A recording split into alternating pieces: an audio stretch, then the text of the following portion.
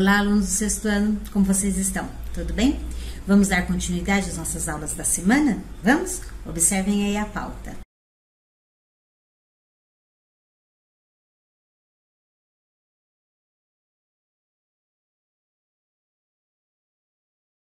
Então, como vocês viram na pauta, nós temos a correção agora dos exercícios que vocês fizeram em casa. Nós vamos começar pelo Você Aprendeu. No Você Aprendeu, ele colocou aqui sobre o gênero dramático e o texto teatral. Por quê? Porque é o conteúdo que nós estamos vendo nesta unidade, não é mesmo? Então, a primeira pergunta foi assim: quem escreve textos teatrais são os dramaturgos ou teatrólogos, certo? Isso nós vimos no texto anterior. Da mesma maneira que um texto narrativo, o texto dramático ou teatral apresenta, primeiro, os acontecimentos, os personagens, tempo e espaço. A grande diferença é que ele é escrito para ser encenado, certo? Então, não posso esquecer que eu estou falando de texto teatral, porém estou falando de toda aquela estrutura do meu texto narrativo. Só que agora esse texto, ele foi feito para ser encenado, somente isso. Letra C. Os diálogos são a parte mais importante do texto teatral, porque explicitam o conflito que movimenta a ação dramática. Que o diálogo ele é praticamente tudo, né? Você estará acompanhando o diálogo dos personagens enquanto a história está acontecendo. As rubricas estruturam o texto teatral e orientam os atores e os leitores sobre as características e os modos de proceder dos personagens. Então, como nós vimos anteriormente também, as rubricas ela tem essa função que vai diferenciar lá do texto narrativo. No texto narrativo não aparecem as rubricas. No texto teatral nós temos. Por quê?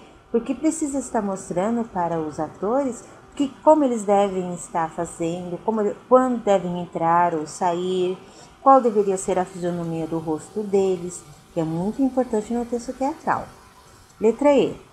É importante lembrar que, antes das falas, a indicação do nome do personagem, destinado a determinada fala ou ação. Então, como eu disse também, no nosso texto narrativo, nós temos o travessão, né? Algumas vezes as aspas, mostrando a fala. Mas quando nós estamos falando no texto teatral, as falas, elas aparecem, elas têm indicação, antes de iniciar a fala, o nome de cada um dos personagens. A letra F diz assim: as peças teatrais geralmente são divididas em partes. Chama-se atos, que podem ser subdivididos em cenas, quando a peça é muito longa, certo? Então, quando nós temos uma peça que não é tão longa, ela é dividida em atos. Mas se ela for muito longa, nós falamos que ela está subdividida em cenas. Depois que nós vimos sobre o gênero dramático, teatral, nós vamos para os pronomes interrogativos. Isso, olha só, interrogativo, me lembra o quê? Pergunta. Então, os pronomes interrogativos são empregados para formular uma pergunta.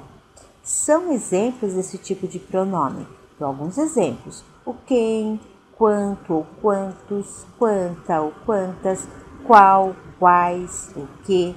Tá? Então, esses são os pronomes que vão fazer o quê? Que vão introduzir algumas questões interrogativas. Letra C. A pergunta direta é aquela tradicional com ponto de interrogação no fim. E a pergunta indireta não apresenta o ponto de interrogação, e sim o ponto final, né? Porque dentro da própria pergunta você já subentende, fica claro de que você precisa dar uma resposta, mas não aparece o ponto de interrogação. Por isso que nós falamos que é uma pergunta indireta. Depois disso, nós vamos para a interjeição. O que é uma interjeição? É a palavra que exprime emoções, sensações, apelos e estados de espírito, isso mesmo. E uma locução interjeitiva são duas ou mais palavras com valor de uma interjeição. Então, sempre quando eu disse para vocês no decorrer das aulas, locução é quando apresenta mais de uma palavra. E o sentido das interjeições é dado pelo contexto, né? Diante do contexto é que eu sei se a pessoa está feliz, se está triste, se ela está esperando alguma resposta. É o contexto que vai nos indicar isso, tudo bem? Então, finalizamos aqui nessa correção e agora vamos para o para finalizar. No para finalizar, nós temos assim: leia a tirinha a seguir e responda o que se pede. Bom, é claro que vocês leram a tirinha. A Pro não vai conseguir ler a tirinha, a letra está pequenininha e eu ainda estou com aquele probleminha na minha visão. Eu não estou enxergando direito ainda, então não tem como eu ler essa tirinha. Mas com certeza vocês já leram essa tira para responder. Então nós vamos para as respostas, ok? Então está assim, letra A. Por que o primeiro quadrinho aparece com fundo escuro? Vocês podem observar que já iniciou com esse fundo escuro. Por quê? Porque a gente pode imaginar assim: o primeiro quadrinho aparece com fundo escuro para associar-se à ideia da linguagem escrita, quando nada puder ser visto, ou seja, quando estiver escuro. Então vocês viram bem? Ele está escuro, mas a linguagem, a parte escrita, ela está em branco, ela está se destacando. Então é isso, essa é a função dela, né? Tá? Nada é para ser visto, mas sim as palavras, tá? A linguagem que apareceu ali. Letra B. Repare que o segundo e o quarto quadrinhos não apresentam sinal de pontuação depois da última palavra. Qual sinal de pontuação você acrescentaria a esses dois quadrinhos e por quê?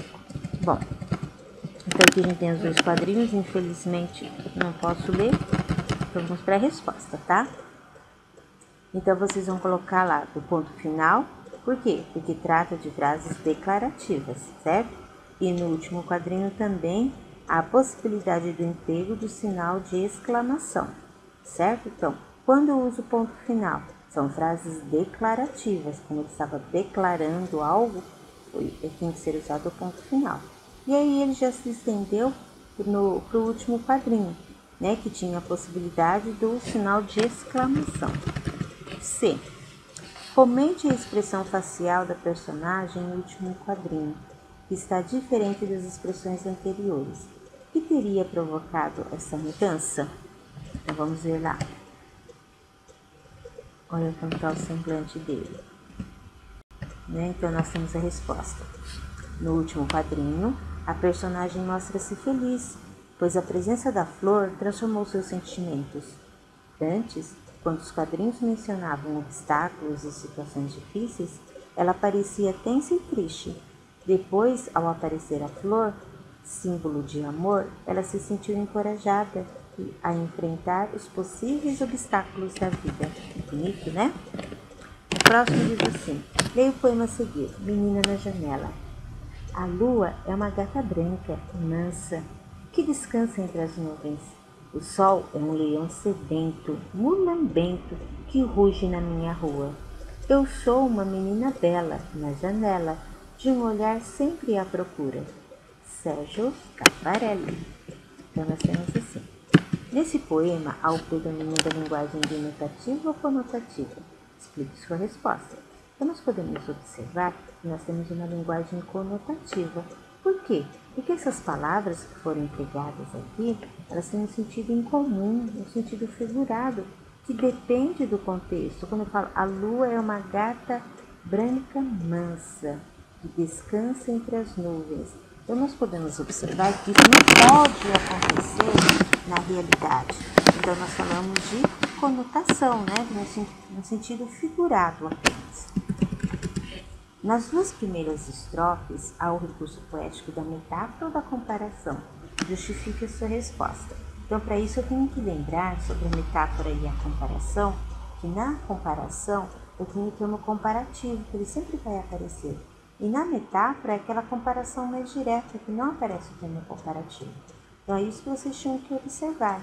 Então, a resposta seria: há o recurso da metáfora, pois o sentido conotativo é resultante de uma relação de semelhança entre palavras. Além disso, não há elemento comparativo explícito, certo? Letra C.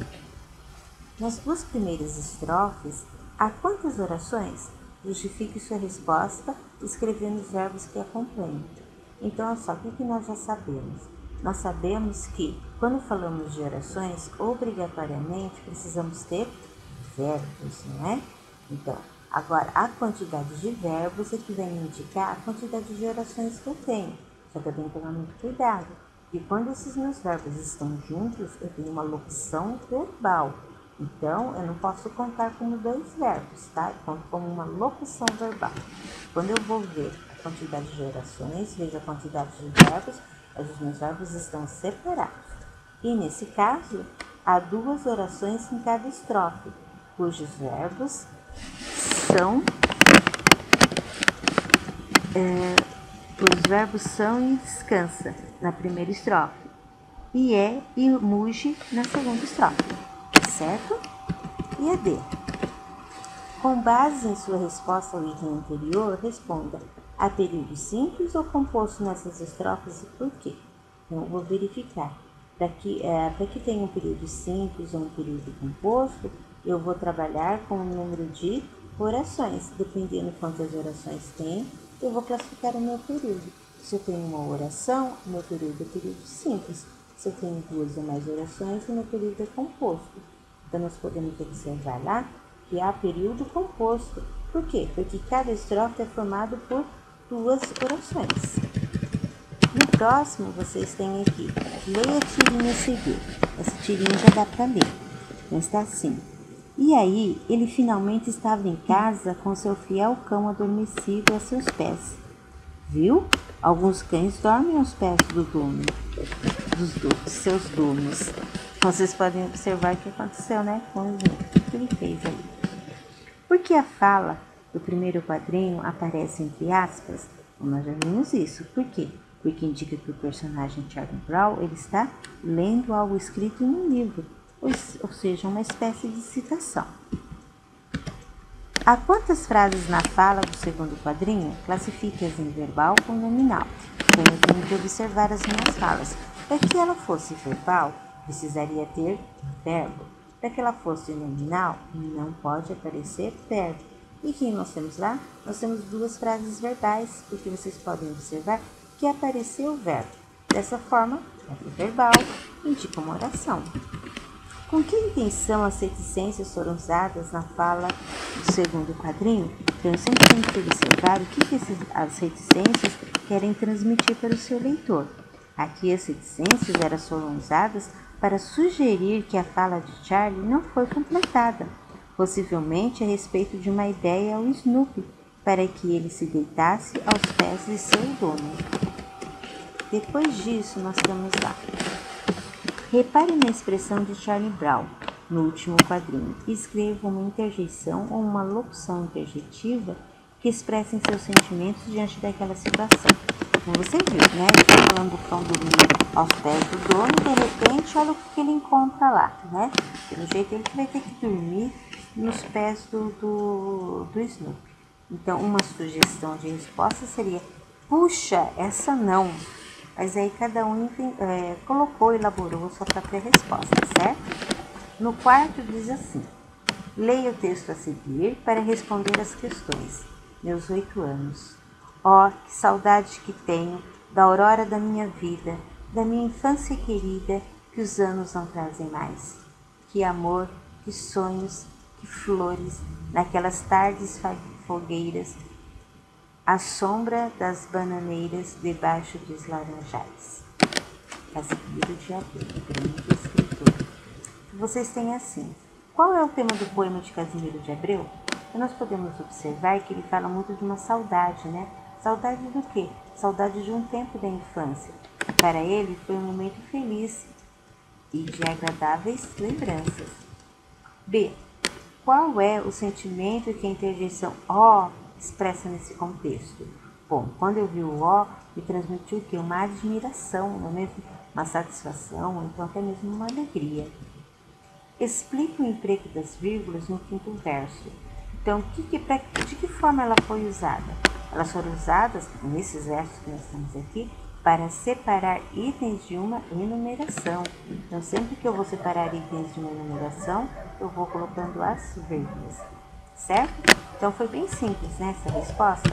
Agora, nós vamos para a autoavaliação, tá? Verifiquem, pensem bem como é feita uma autoavaliação, que na próxima aula eu estarei passando para vocês qual autoavaliação que nós estaremos desenvolvendo, ok?